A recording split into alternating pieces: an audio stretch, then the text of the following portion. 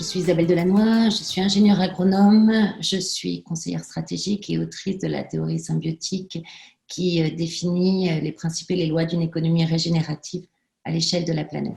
Pour moi, on a plusieurs défis, ils sont autant écologiques, économiques que sociaux, justement. Et un des grands défis, c'est la modification du socle de nos conditions de vie, c'est-à-dire les conditions de température, la disponibilité de l'eau, les conditions de température et d'humidité qui rendent des conditions de vie létales pour l'homme. Donc, on est face à cette modification de ce socle, avec en plus l'incertitude de savoir c'est peut-être trop tard. Peut-être qu'on a déjà dépassé des effets de seuil qui font que la machine Terre s'est emballée. Et c'est justement en fait dans cette incertitude, parce qu'on ne le sait pas, que réside notre espérance et le besoin d'agir rapidement. Ça, c'est le premier défi qui est absolument crucial parce que c'est de là que vont dépendre nos libertés, que vont dépendre nos activités sociales, nos activités économiques. Et si nous n'avons pas cette assurance de conditions de vie, on voit bien que c'est des territoires qui deviennent inhabitables, donc des territoires dont on va devoir migrer concrètement. Il faut dire les choses par leur nom, en fait. L'autre, le grand défi, c'est pas seulement d'enrayer la dynamique du changement climatique, donc c'est-à-dire de diminuer ses effets, c'est de l'inverser. D'inverser non pas le changement climatique parce qu'il est déjà parti, mais d'inverser sa dynamique. C'est-à-dire qu'au lieu d'être une économie qui émet des émissions qui émet des gaz à effet de serre et qui détruit les écosystèmes vivants qui sont à l'origine de ces équilibres écologiques, eh bien, au contraire, d'enclencher une économie régénératrice. C'est-à-dire qui absorbe ce carbone, qu'on le remette dans le sol, et pas par des moyens de géo-ingénierie, mais parce que ça fait les écosystèmes vivants depuis toujours, absorber le carbone, et qu'on régénère ces écosystèmes vivants par nos activités. Ça, c'est un des premiers grands piliers de la théorie symbiotique. Ensuite, le troisième très grand défi, c'est relocaliser l'industrie. Relocaliser l'industrie en l'emmenant vers le zéro extraction et vers le zéro pollution. La théorie symbiotique arrive finalement à un constat, c'est que il est possible, c'est une hypothèse à vérifier, mais il est possible d'aller vraiment vers le zéro extraction pour nos biens d'équipement, mais à condition en fait d'accepter notamment pour les biens d'équipement, peut-être moins pour le bâtiment, mais de ne plus posséder nos objets. Et pourquoi ? Parce que ça permet de fermer le circuit entre le fabricant et le consommateur, et du coup de ne pas jeter l'objet, mais qu'il retourne au fabricant. Donc c'est des grands défis.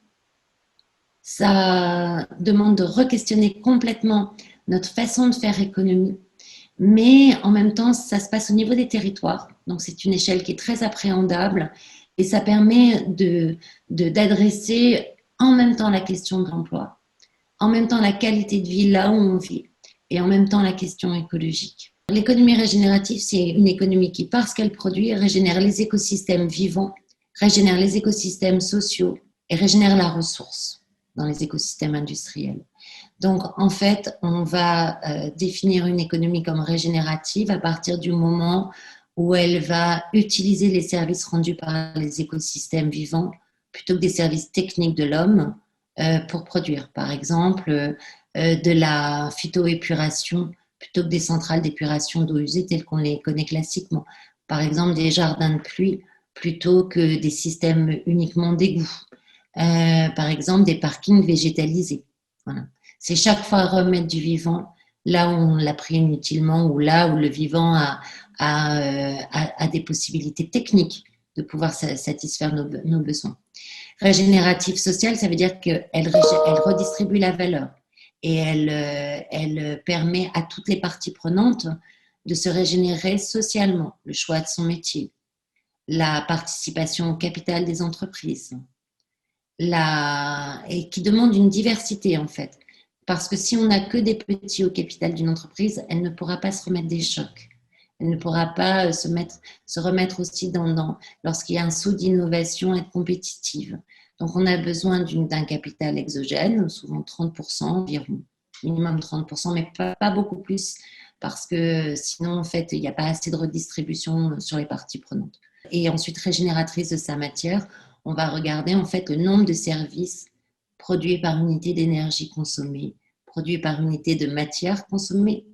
Lorsqu'on est dans une économie de l'usage, c'est-à-dire vous louez votre objet plutôt que de le posséder, qui retourne au fabricant, on s'aperçoit qu'on a le même service pour 16 fois moins de matière environ. Pour qu'il y ait beaucoup de travail, il faut des circuits courts. C'est-à-dire qu'il ne faut pas que la valeur se disperse dans les intermédiaires. Une des raisons pour lesquelles aujourd'hui le Made in France n'est parfois pas concurrentiel par rapport au Made in China, c'est parce qu'il a les mêmes chaînes de valeur. Là où il est concurrentiel, c'est en circuit court, en fait.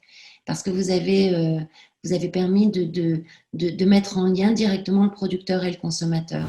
La résilience, c'est finalement la capacité d'un organisme, d'une société à absorber les chocs de l'extérieur. Ça nous renvoie au défi précédent, c'est-à-dire qu'on a des chocs écologiques, on va les avoir. Même si on mettait en place demain la théorie symbiotique et une économie régénérative, on a un effet d'inertie qui fait que nous aurons une intensité et même, pour certains cas, une fréquence des catastrophes naturelles qui sera plus grande.